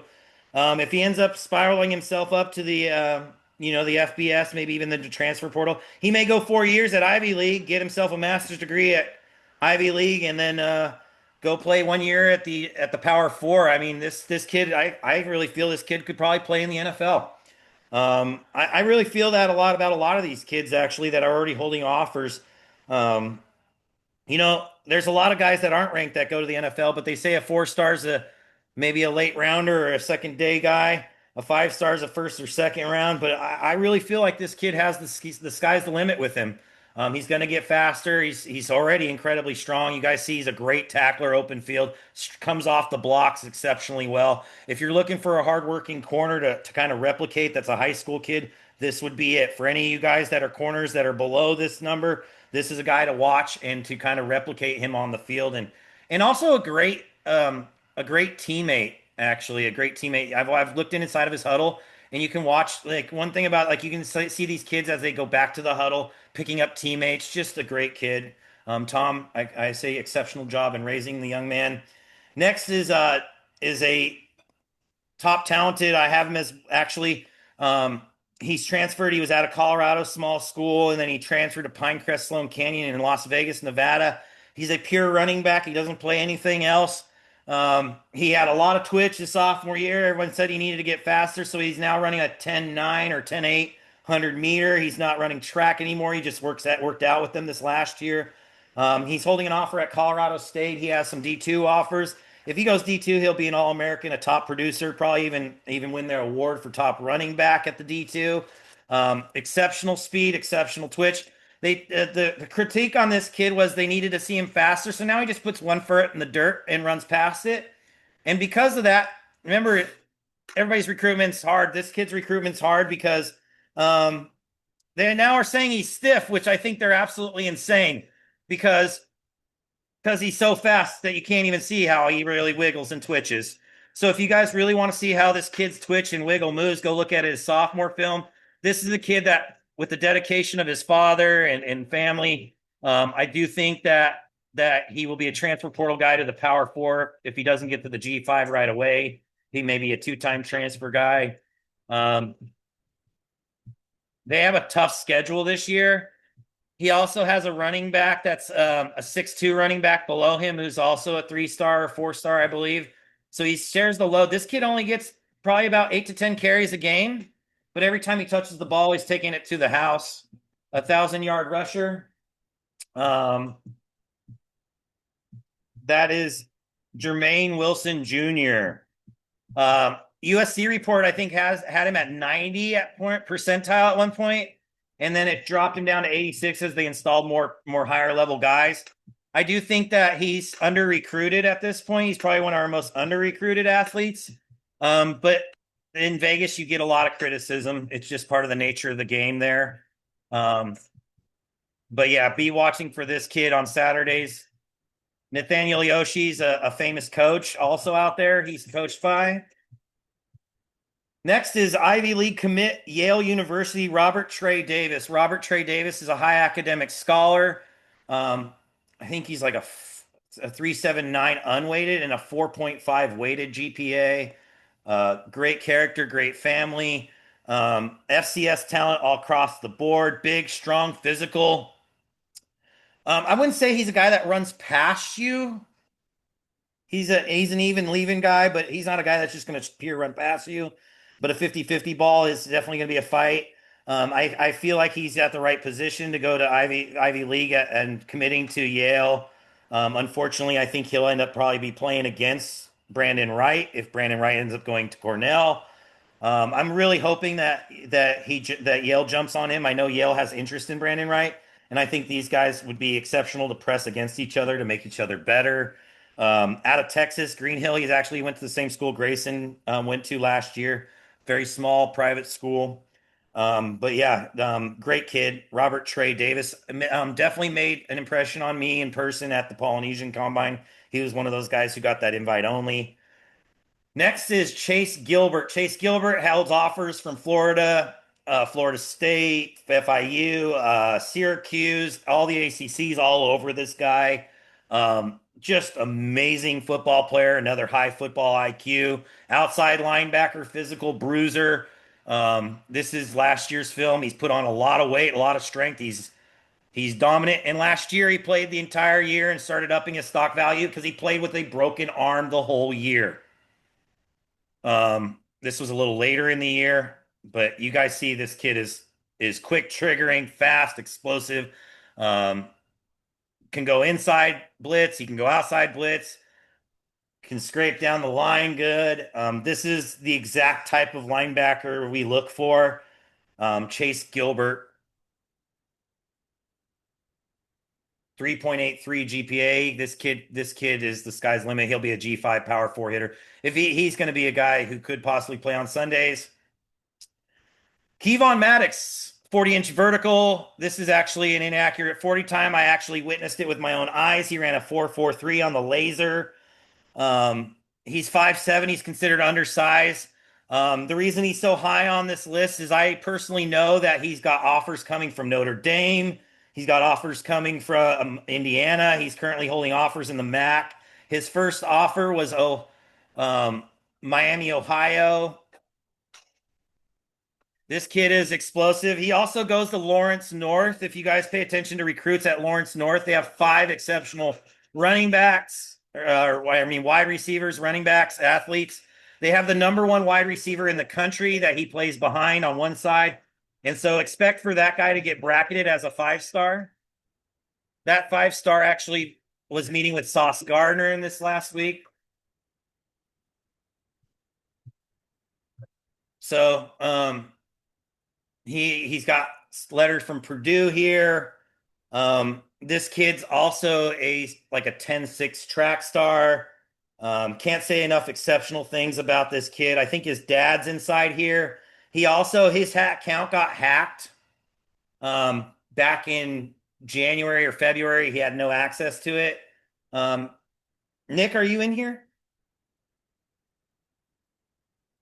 Yeah, I'm here. Yeah, so Nick, you want to kind of explain kind of his recruiting a little bit, kind of like Shay did? Yeah. So he's a transfer.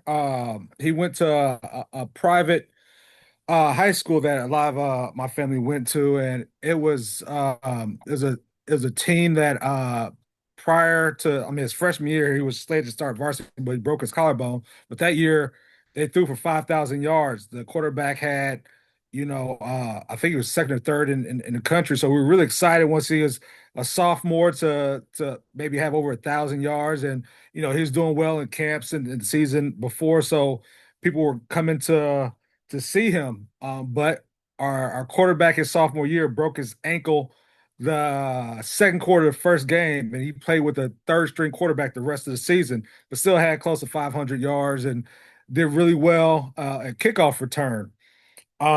So we end up transferring to Lawrence North, which is where if you're going to be watching Pat McAfee show, he's going to announce his college decision, number 1 wide receiver in the country. But Kevon is pretty well known here in the state as one of the best wide receivers because he's been getting really high level training just for years. This summer he was at the Nike opening here in Indianapolis and went viral because he did very well against some of the top cornerbacks. So his recruitment, he has a offer from Miami, Ohio. We get a lot of traction from Notre Dame. We went to the Notre Dame Irish Invasion Camp, which is invite only, and he got caught up as the best performer at the camp. IU's been tracking him since he was in eighth grade. Purdue is high on him.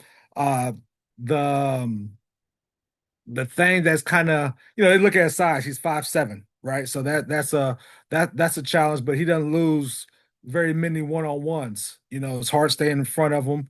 He's shifty. He runs good routes. He can catch the ball. Um, so we got a lot of people excited to see what he's going to do at Lawrence North.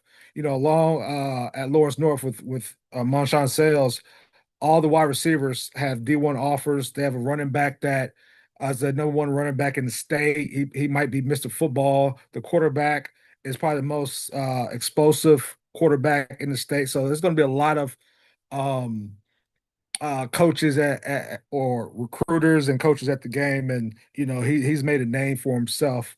So we'll see where he lands. We got some advice. They want to see him, return some more kicks. At one point last year, he was number 9 in the country in kickoff returns until they stopped kicking him the ball. So this year, we want him to stay healthy and just see how he does in a much bigger school against better competition. But he's been doing really well thus far. So yeah, we'll see. Yeah, I mean, one thing I'll say, you guys, this is probably one of the best slot receivers in the country. I'm not just saying that because his dad's on here. I'm saying it because it's reality, and you guys will see why right now. The twitch, the speed, the burst, there's not anyone else like him. He's a one of one type of kid. Like he said, Yeah. he trains. You can see the training, you can see the work. I've seen him in person. It's incredible to watch him play. He didn't lose any reps. I really wanted to see him go against the Detroit Central Catholic corner, but no linebackers can cover him in the country. Like, try to cover him, you got to bracket him, and he's still going to beat you with a linebacker and a free safety bracket.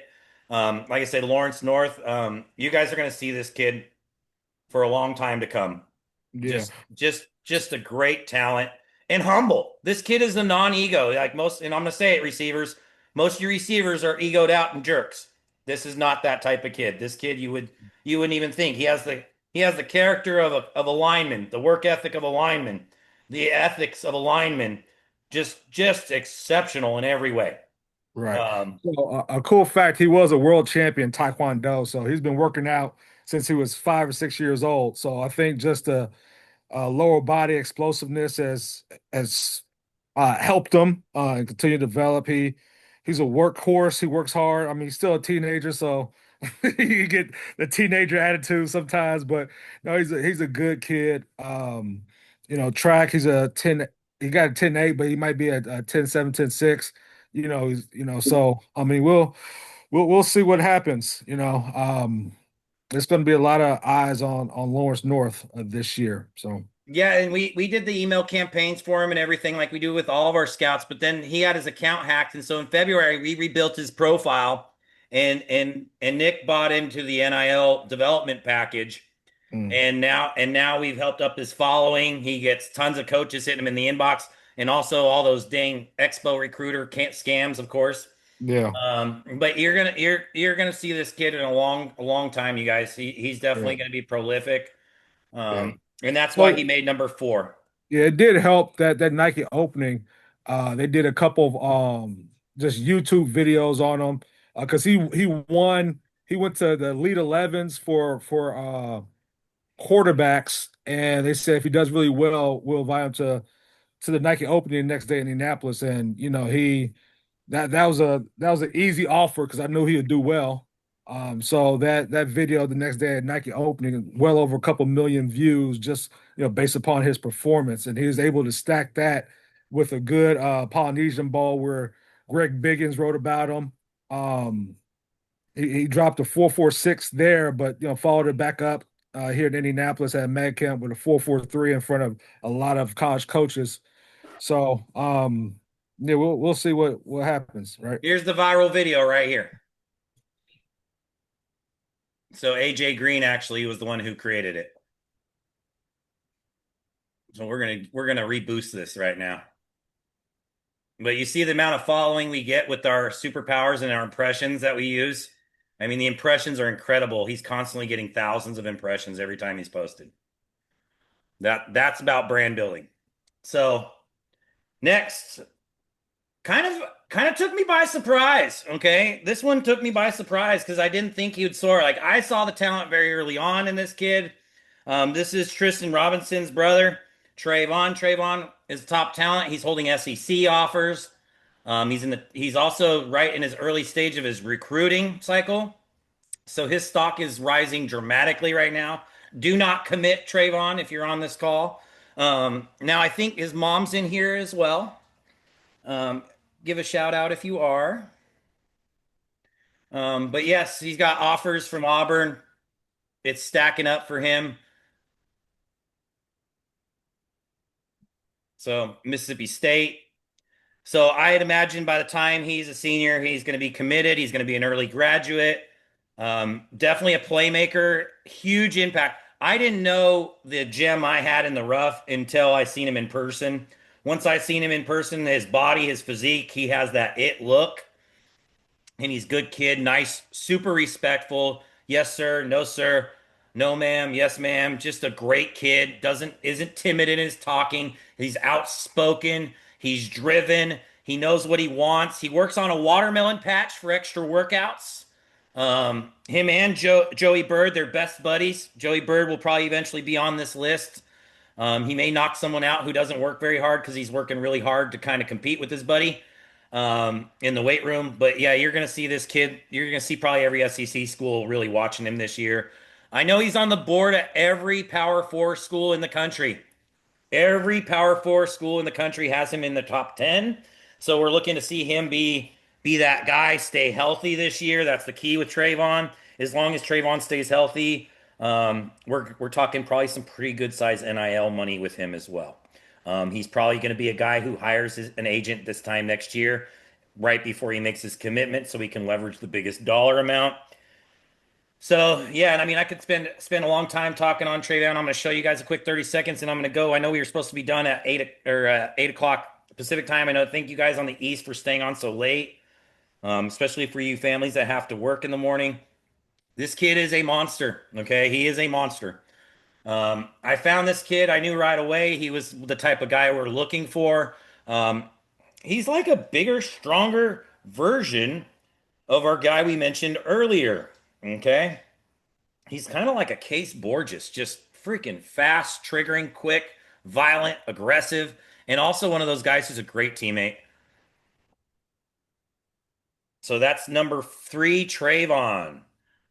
And unfortunately, our number 1's not here, but our number 2 is here. And he can very easily be number 1 when he goes and gets that Georgia offer, that Miami offer. That's the only reason that he's not is there's the top 5 programs in the country that still haven't come to it, and that's our guy Trayvon Josiah Studervant. And I'm gonna let Adrian talk about Josiah a little bit because this has been Adrian's project is Josiah. Okay, just Adrian, are you here? Yeah, I'm here. I'm just I mean, we've been on like as much contact as I want these last few months, been letting him grow and we put it all in. But this is one of the guys that, this is what it's recruiting is all about that we do here. Gentle push, give him confidence, transferred schools because he chose a better path to go to school where his uncle was coaching at. And I just let the film speak for itself, man. As soon as and he only played 4 games, right? Josiah, you only played 4 games, right? I don't recall. He had a pelvic injury and he played 4 games with it. And then he finally went and got x-rayed and he had to sit.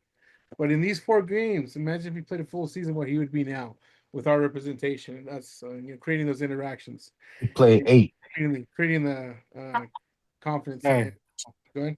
Speaking Go ahead, from John. by here. I said he played eight. 8 games. okay. Okay. So he sat 4 then, right? Or something like that. Sat 3. Yeah. I don't remember. Oh, It's no, been I'll just on this call with Lance. He got a lot of people on this call, and he's releasing, his top talented people, top 20. They had Kevon at number 4. Oh shit! Really good. Mm-hmm. Lay down. Is he on Hey release Nick, on, you need to mute, buddy. IG or Twitter? Yeah, I'm not sure. No, hold on. Okay, so Josiah, are you on? Yep. Go ahead and introduce yourself. Josiah, introduce yourself to the network. Oh yes, of course Josiah Sheridan. I'm class of 27. I currently hold offers from Mississippi State, Tennessee, South Carolina, NC State, Liberty. I'm committed to Rutgers. He's got offers at Old Dominion. He's got more. You got Yeah, one. the list goes on. I play DN. I weigh 225 right now. Yeah, you play 6'3". defense for sure. Let's see. Let's let the If you film. guys can't tell, this is the pride and joy of Adrian right here. Adrian talks about Josiah on every call I have with Adrian talking football.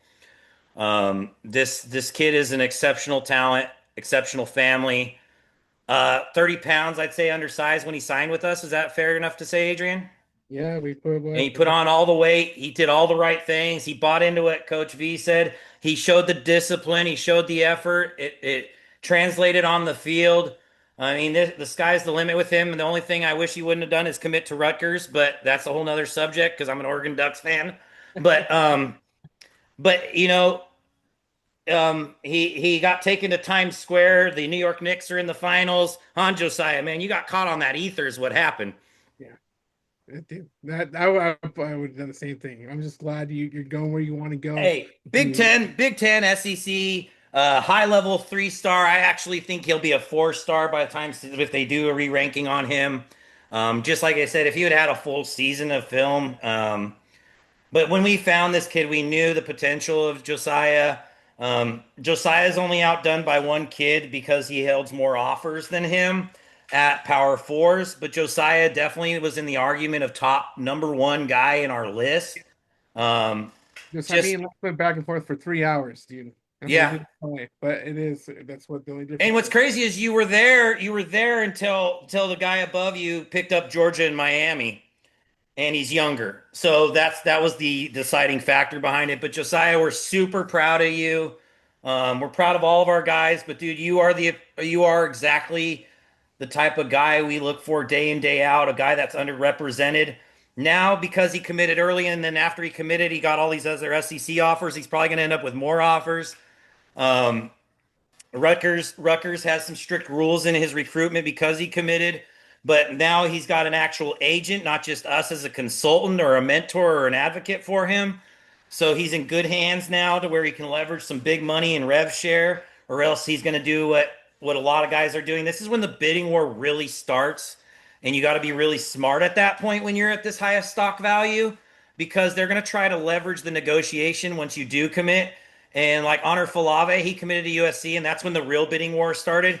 And now it's over. I'm not going to talk your recruitment, Josiah, because I know that's more private in your money and dollar amount. But I'll tell you, Honor Falave, I'm really good friends with his uncle. And the real bidding war, Texas is offering $800,000, and USC is going to pass that number. So there is some big money out there, and if you do get that big money, Josiah, all I ask is that you go into Merrill Lynch and you hire an investment broker to manage your money, so that way you can watch your money grow, watching it gain 3 to 5% or 8% or even more, and have generational wealth actually set for you. He's going to be that rare exception. And if Rutgers doesn't offer you NIL, I'm giving you that advice right now, and I give you permission to decommit. But I'm always kind of cocky to decommit because I don't want Oregon to face you. But yeah, Josiah's exceptional athlete, great kid. Mom and dad, everybody has been bought into the process. And we had troubles with this campaign at first because it kept getting kicked back because we started on a new email thing and we didn't wanted to drop him right. But once the world knew who he was and that email campaign hit, Han Josiah, the world changed for you. Yeah, you finally got the push you needed, man. And he won he kicked butt at the Under Armour camp out there in North Carolina too. You got that film, play it, coach. So next and finally, the household name, Patrick Ryan Jr. Okay. Now, his dad and I talk so much, he has not updated his page, so we're going to go to his Instagram. He doesn't even need his profile page anymore. This kid's holding 6 NIL deals. He's been a prodigy his whole life. His dad was a professional quarterback. He's now a quarterback trainer in Florida. He's holding Under Armour NIL deals, Battle Under Armour. Who's the ones who did the Joker gloves and the Joker cleats and all those crazy cleats? He had them first. He's also representing a jewelry company. This kid's all over the map. There he is right there in his jewelry company, rocking the jewelry. That's some jeweler out of Miami. He's going to St. Thomas Aquinas in Florida, a top school that's produced guys like Michael Irvin. He's the number one wide receiver in the 2030 class. And you know, his dad bought into the branding and did all that. It took me one email campaign and a call to Sacramento State. He came out and visited me here. I couldn't get him to come to St. Vincent de Paul. If I would have had a dorm, I might have convinced them to board here. But I was unable to get him. But his offers list is continuing to rise. He's got Georgia, Miami. He's got Florida, Florida State, UCLA, Sac State, Georgia Southern. I mean, the list goes on and on and on and on and on. He probably will have probably around 60 offers when all said and done. By the way, he can't even communicate with coaches yet, but he was on Cam Newton's 7-on-7 when he was 13 years old playing on the U18 team. If you guys have seen this guy play, this is the definition. And be like, well, he's not all that special. Well, actually, yes, he is.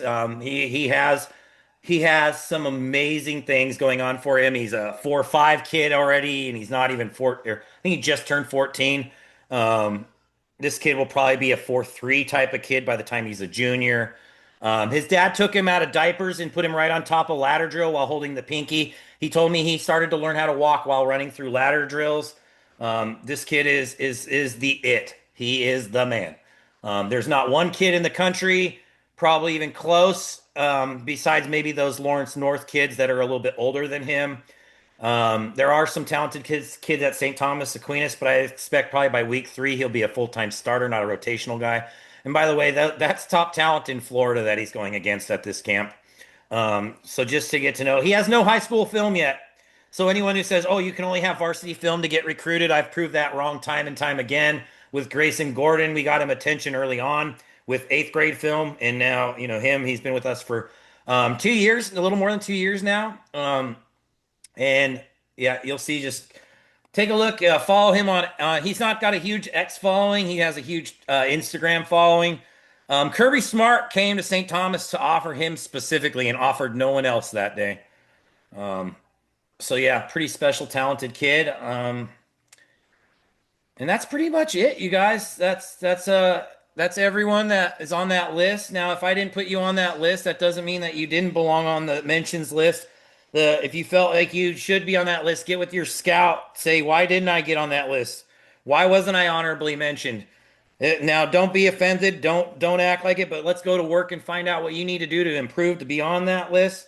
And you may not be mentioned this month, but you may be mentioned next month. So put your content on social media so I can see your progress. Tag me, tag Coach V, tag Coach Runyon, tag all of our scouts, and you will get reposted on a regular basis. And then we all share inside of our own group chat. We have our own coaches chat where we all are talking about our talent when guys are making major progress.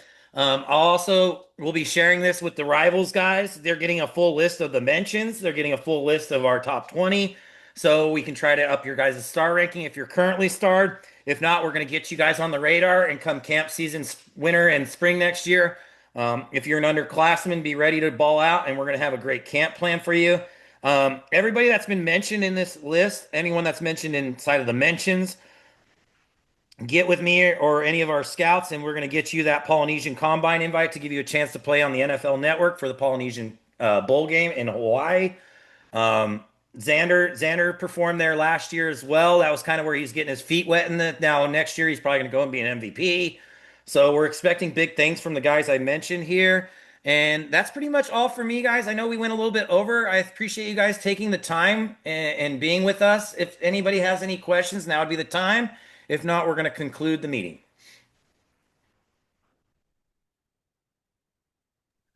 Josiah, you can go to bed now. Yeah, East Coast, go to bed. Thank you guys again for